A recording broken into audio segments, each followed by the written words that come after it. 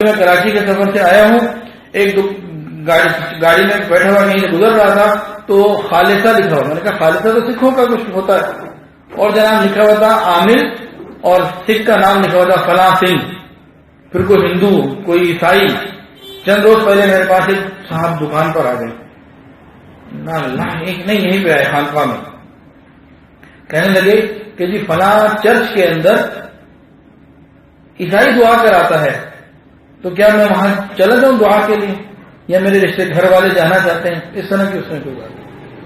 یہاں تک تو ہمارا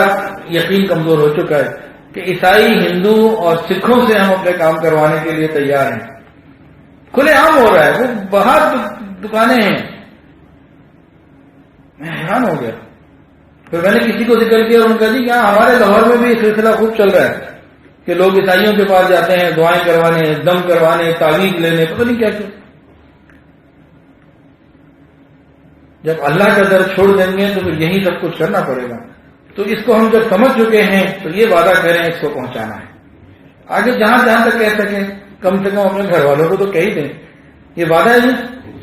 دیکھنا یہ فیس ہے اس کی، نہیں تو پھر نہیں تو پھر کیا، پھر بھی کچھ نہیں کر سکتے بھائی، دعائی کر سکتے ہیں۔ چلیں، اچھا ایک بزرگ فرماتے تھے بہت ہی عجیب بات، کہتے تھے کہ مجھے اس بات کی کوئی پرواہ نہیں کہ میری کوئی دعا قبول ہو یا نہ ہو، مجھے تو اس بات کا ڈر لگا رہتا ہے کہ کہیں مجھے دعا مانگنے سے محروم نہ کر دیا جائے۔ کہ اصل یہ نہیں ہے کہ دعا قبول ہو رہی ہے کہ نہیں ہو رہی، اصل یہ ہے کہ توفیق دعا مل رہی ہے کہ نہیں مل رہی۔ تمام طالبات سے درخواست ہے، جتنے بھی پردے میں موجود ہیں سب سے درخواست ہے روزانہ کا ایک معمول بنائیں، 10 منٹ کم سے کم گھڑی دیکھ کر اللہ سے مانگیں۔ آج اگر ہم اپنی زندگی کو دیکھیں تو بہت ہی شاید چند دن ہماری زندگی گزرے ہوں کہ ہم نے 10 منٹ دعا مانگی ہوگی۔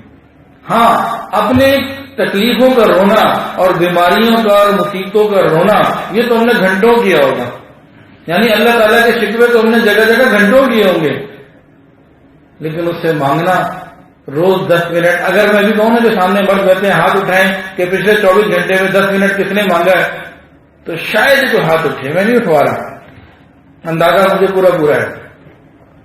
ہم آج کے بعد ایک معمول بنا لیں کہ روز 10 منٹ اللہ سے مانگنا ہے۔ یہ اللہ سے مانگنے میں کیا شرم، دنیا والوں سے مانگنے میں تو شرم ہو سکتی ہے، اللہ سے مانگنے میں تو عزت ملتی ہے۔ ہم معمول بنائیں روز 10 منٹ اللہ سے مانگیں گے، ہم اپنی زندگی کو بدلتے ہوئے دیکھیں۔ آج عورتوں کے فون آتے ہیں کہ جی وہ فلاں وظیفہ بتا دیں،